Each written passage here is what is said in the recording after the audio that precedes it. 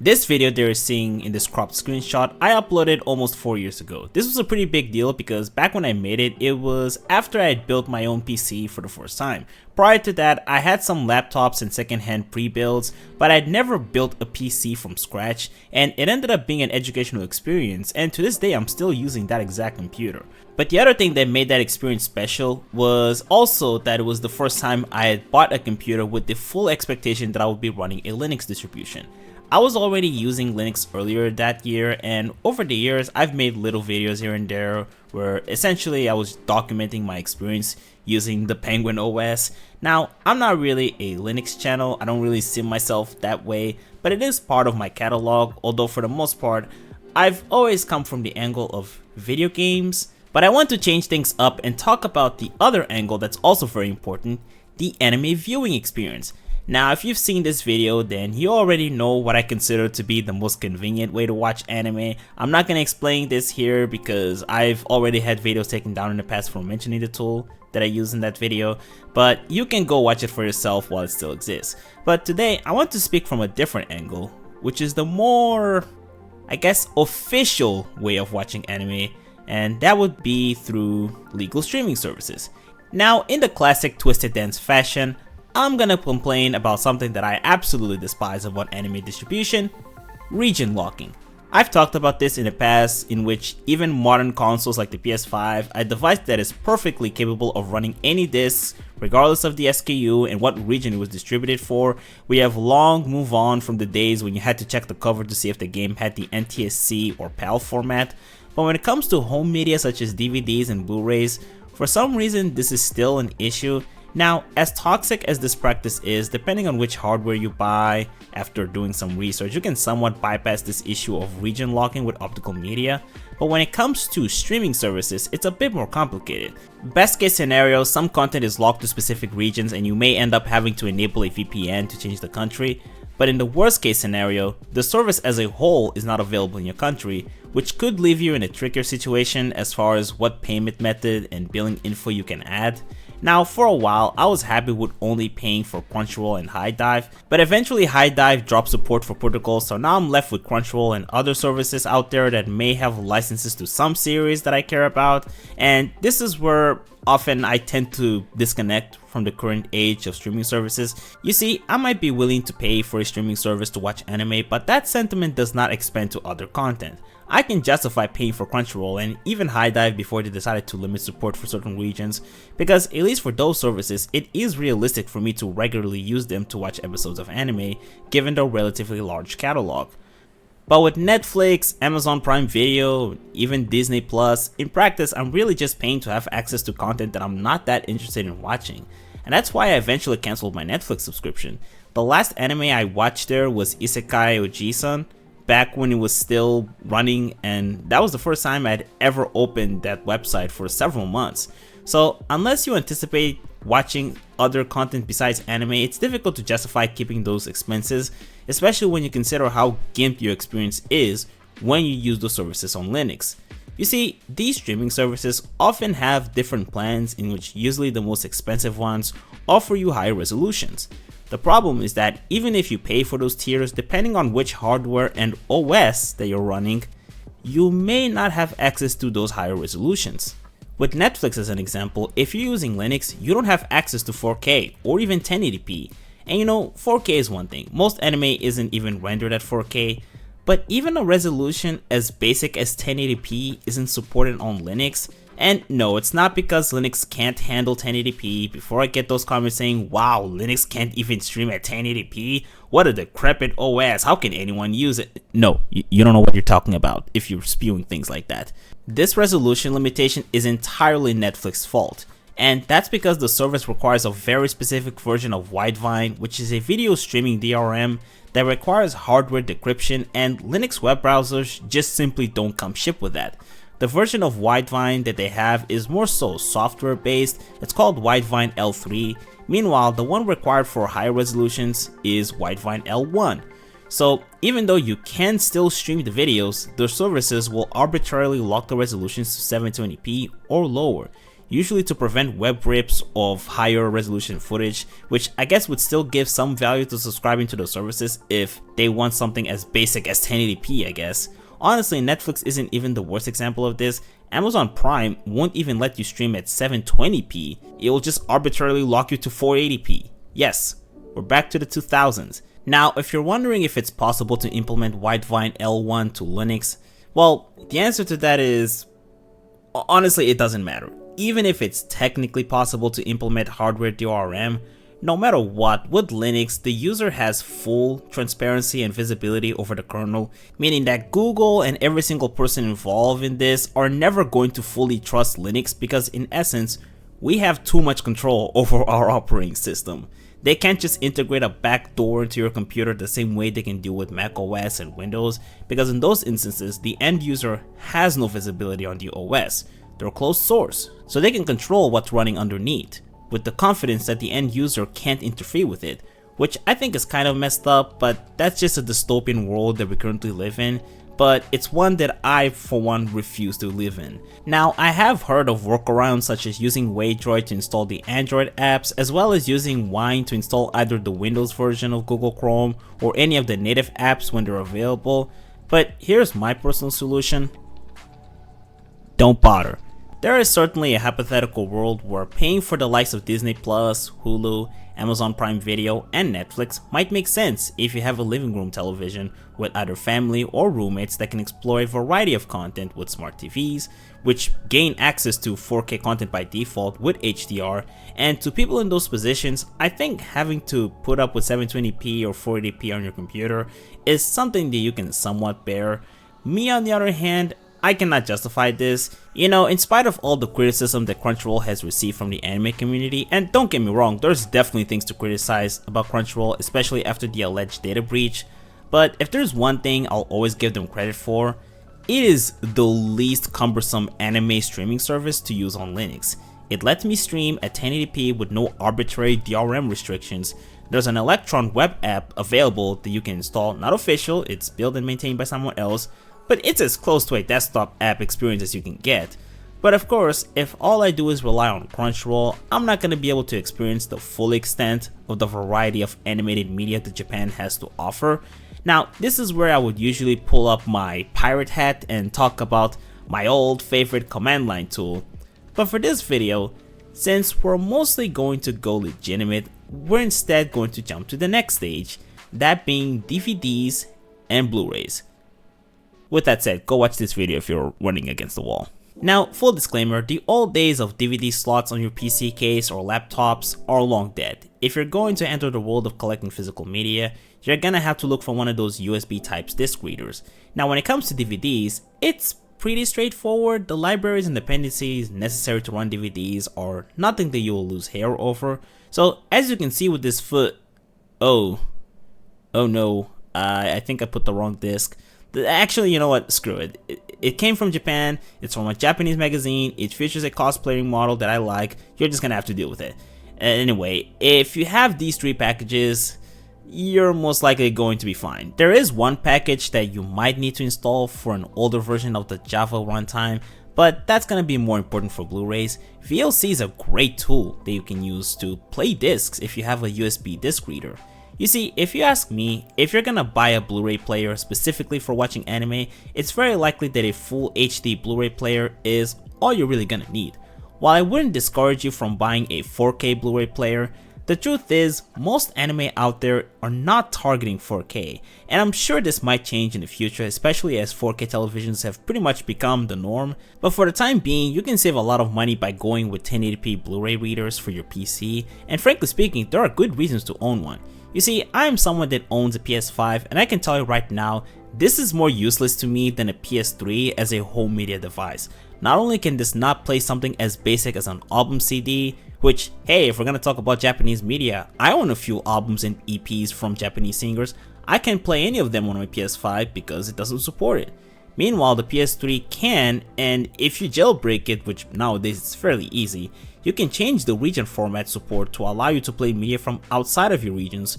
So if you're someone like me that imports Blu-rays from other countries, because let's be real, nowadays finding physical copies for film and animation in local retailers is borderline impossible. I've gotten to the point where Amazon, CD Japan, and Play Asia are my only friends, and while I'm glad they're still selling them online, the fact of the matter is, not everything I buy from those shops are going to be for the region that I live in. This wouldn't be an issue if I was just buying video games, because region locking is no longer really a thing there. But when it comes to film and animation, for some reason this is still a problem. Now, interestingly enough, during my research I found out that UHD Blu-rays are by and large region free, which is good to know. And taking that into account, if you're someone who collects more than just anime, I think that there is value in either owning a home 4K Blu-ray player or use your home console like the PS5 for playing your discs. With that said, with anime, UHDs are still not completely standardized, especially for TV shows. Theatrical releases are more likely to find UHD Blu-rays, but for the average TV anime, you will still mostly find yourself relying on full HD Blu-rays, which still have regional restrictions, unfortunately. Now, there are some modded dedicated Blu-ray players out there that are presumably region free that I'm considering getting one of these days, but for the time being, a USB type Blu-ray player for my PC already meets my general requirements. It does not have region locking, so regardless of which DVD I buy, it works flawlessly with VLC. Now, this is with DVDs. As for Blu-rays, we have a different problem. You see, much like how DRM corrupts streaming services by punishing you for wanting to support things legally by just simply making your experience worse than if you were obtaining it illegally, optical media is kind of in a similar situation. You see, Blu-rays use an encryption technology called AACS, which is legitimately one of the most infuriating anti-circumvention technologies out there, simply because it has this annoying thing where it can persistently revoke decrypted or compromised keys to the point where you're constantly playing a cat and mouse game of routinely updating your key database. That is just simply not a reasonable expectation to have for the average person who just simply wants to use their Blu-rays like a normal, honest consumer. So because of that, I would like to offer what I consider to be the best way to watch Blu-rays on Linux, and maybe even on PC in general. Now, the guide that I'm going to share to you is largely for Arch Linux users. You can achieve what I'll explain in a few seconds in other distros, but because each distro has different package managers and repositories, the steps are going to be different. So to start off, we need to define which video players we're going to use.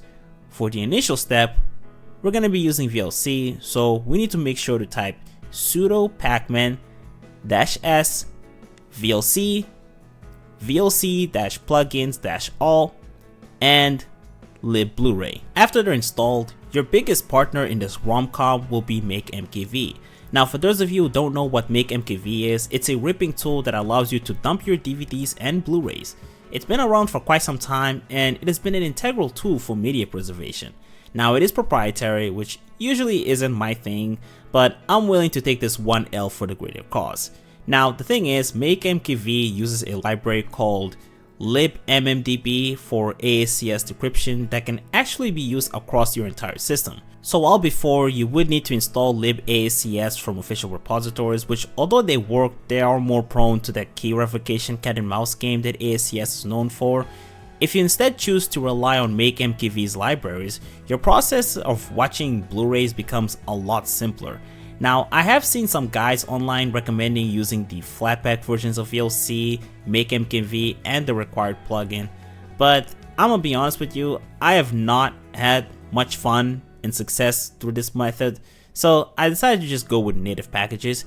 Now, in Arch Linux, MakeMKV is only available in the AUR, so you will need to type yay-s MakeMKV as well as MakeMKV-libAACS and click enter. Now, a potential downside to the MakeMKV libAACS package is that it's kinda old, so I don't know if this could cause some build and dependency conflicts in the future. Although for the most part, since this does depend on the base MKV package that does get regularly maintained, I wouldn't be too worried about this for the time being. Now, after you finish installing all of this, something that I would also recommend that you install is the Java 17 runtime, because a lot of Blu-ray menus seem to depend on this specific version. You can do this by just simply typing sudo pacman-s gre17-openjdk, and once it's installed, you need to make sure to type sudo archlinux-java set java-17 openjdk. It does need to be in root. Anyway, after all this, we need to first make sure that MakeMKV is actually working. You see, this program does have one catch. Aside from not being free as an open source, it's also not free in terms of cost. You do actually need a product key in order for this program to work. Technically, it does have a 30 or 60 day trial, but the experiment that we're going to do right now isn't going to work with the trial version. Now, full disclaimer, I did pay for a perpetual license. I can justify spending the amount, but you don't need to pay for a license, at least for the time being. They do actually distribute free keys that tend to last somewhere around 2 months because the tool is still in beta. Yes, despite the fact that MakeMKV has been around since 2008, it's still in beta, which I can't complain much since at least it does allow people to still use this for free, at least for as long as the developer wishes to keep this way. I will put a link for where you can get that key. The most recent one will expire at the end of May, so do make sure to get the new key when June comes around.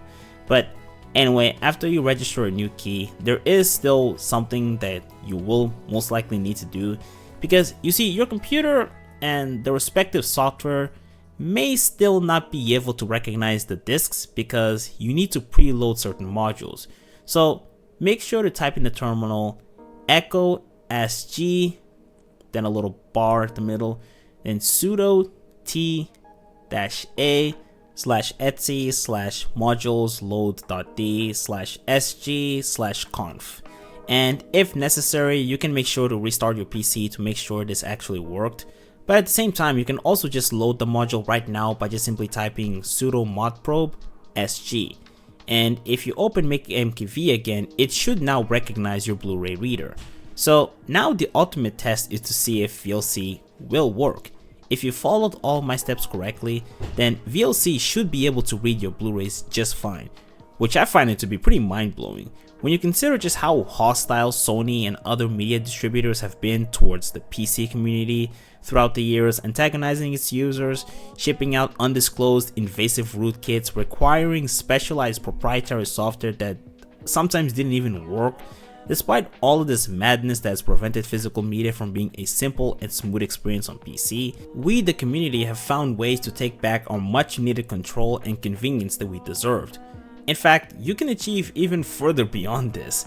Now, what I've showed you required you to have VLC, which is a video player that I think most people know about and are reasonably comfortable using, but my preferred video player is actually MPV.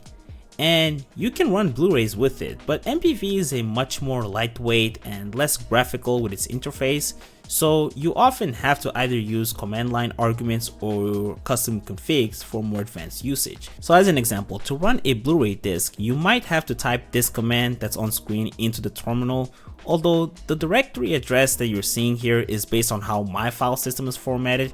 Yours might be different, so you might have to type lsbkle just to be sure what is the name of the partition on your disk drive. Alternatively, if you have a storage device manager like GNOME Disk Utility, you can also check the directory there and copy it manually.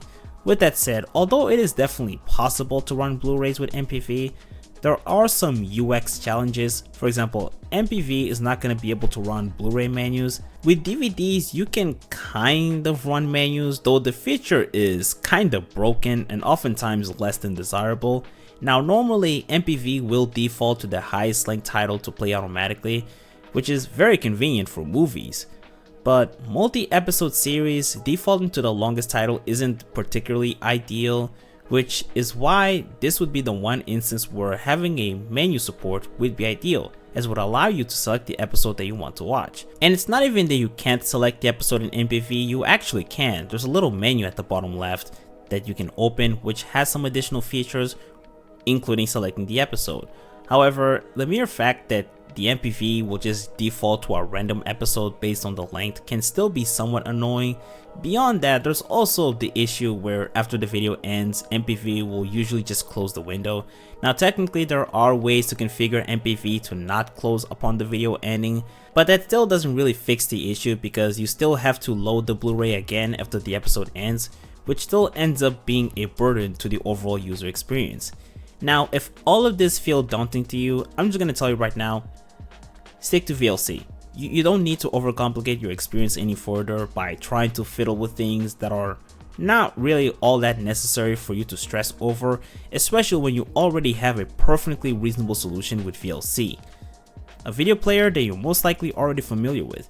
However, personally, I like MPV, I like the terminal, and I like jumping into rabbit holes. So everything from now on is going to move into the more edgy scripting route. You can continue watching it if you find it to be entertaining, but in general you don't really need to do any of this.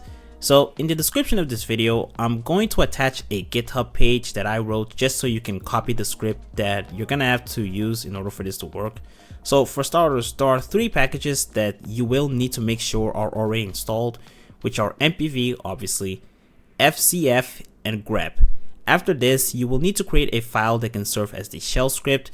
The name that I chose when experimenting with this was Blu-ray-test.sh. After this, you can open the file. I guess this is the point where you would either choose Nano or Vim or NeoVim for the text editor.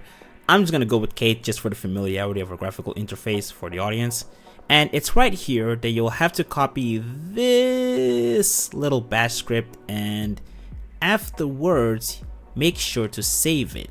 Following this, you will need to make sure the file is an executable, which can be done by typing. I'll have to overdub this part. I actually meant to say sudo chmod +x /blu-ray-test.sh. This is of course assuming that the file is located in your home folder. You definitely need to be sure the directory is correct.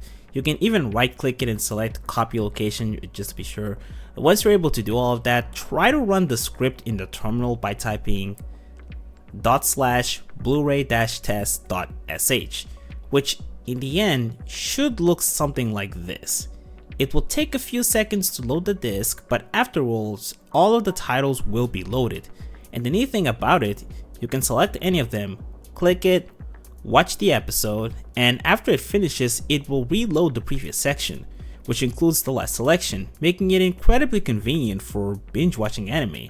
And one advantage that MPV has over VLC is that if your GPU is powerful, you can also use Anime 4K to upscale footage to 4K if you have high resolution screens, or if you want to sharpen up the blurriness of some older anime. It's not always the best solution, I've talked about this in the past, but it is an option that is available to you, which is awesome. In many ways, this is very reminiscent of the experience you get with AnyCli, which is actually what I was going for when I started researching all of this. You see, although I love AnyCli for introducing me to the world where you don't have to rely on anime streaming sites, my ultimate goal at the end is to kill off online dependency in general. I will reach endgame once I've gotten to the point where most if not all of the anime that I care about can be watched with the same amount of convenience as the one I get with AnyCli, where I can do all of my anime watching by just simply using the terminal and nothing else. This solution, I feel, allows me to reach that level. And even then, I'm still not done, because when it comes to Blu-rays, there is an extra level: dumping. You see, MakeMKV's primary focus is ripping physical media, meaning that instead you can take further steps to archive media by simply saving them locally on your computer or an external hard drive. And if you're wondering if it's possible to watch them through the terminal similarly to what we saw earlier, the answer to that is yes. I will link a different GitHub page that will have a different bash script. The steps are pretty much the same, just a different script with a different name. Also, you do need to install media info, but it's not actually relevant to get the script to actually work. It's really more of a quality of life thing. Also, one thing I do want to note is that this script is designed in a way where ideally you have a folder that contains all of the anime that you've ripped from your Blu-ray. Of course, there is one big elephant in the room. If we're specifically talking about archives of media, obviously people will download or torrent media on the internet. So full disclaimer for YouTube, I do not endorse piracy. That is illegal. You should support the industry. Piracy hurts the industry, blah blah blah. Anyway, I have a folder in this computer that has the Kino's Journey and Is the Order Rabbit Season 1 that I dumped from my own disks. You see, there's a part in the script where you have to paste the directory of the main folder that you save all of your anime, because it will essentially serve as the database for FCF to query from. So ideally, don't store your folders of anime seasons and movies in like generic locations like your downloads or video folders. Keep that database as simple and concise as you can by storing all of them into one singular folder. Also, because the search queries are largely sorted alphabetically or numerically, I would also advise that you don't name your files in convoluted ways.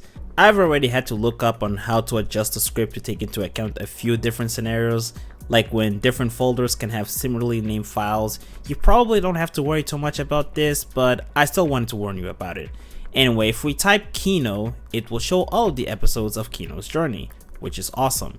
And if you click any of them, it will open the file, and once the video ends, it will actually suggest you the next episode to play, which is kind of similar to how Anycly behaves, so very intuitive for binge watching. And of course, if you want to watch something else like Is the Order a Rabbit, all you have to do is delete the whole search keyword, type Is the Order a Rabbit, and as you can see here, you can also pick which episode you want. Isn't this great? Like, yeah, I know for a lot of people they would rather just have a normal file explorer, but I find this to be pretty cool. And ever since I've been experimenting with all of this, I feel like my interest in collecting physical media for anime has increased tremendously. Because now that I can actually use them on my personal computer and get a much better image quality than I ever would with any streaming services, I decided to relay that passion to all of you. I also wanted to make this video to express why scripting and using the terminal is actually pretty cool. You know, very often, whenever I see people discussing the accessibility of Linux distributions, it's often asked if you still need to use the terminal for normal use cases, and while it is true that Linux distros are becoming less dependent on that, I do still think that you should use the terminal. It's a powerful tool that can achieve wonders in efficiency. After experimenting with this, it's gotten even more difficult for me to justify using graphical interfaces, web UIs, all for the sake of watching simple content for entertainment. If the terminal allows me to experience one of my favorite hobbies in a fast and lightweight manner, I thought it would at least be interesting to share to all of you what my experience has been. And generally it's been pretty cool. But yeah, anyway, I think that's all I have to share. Take care.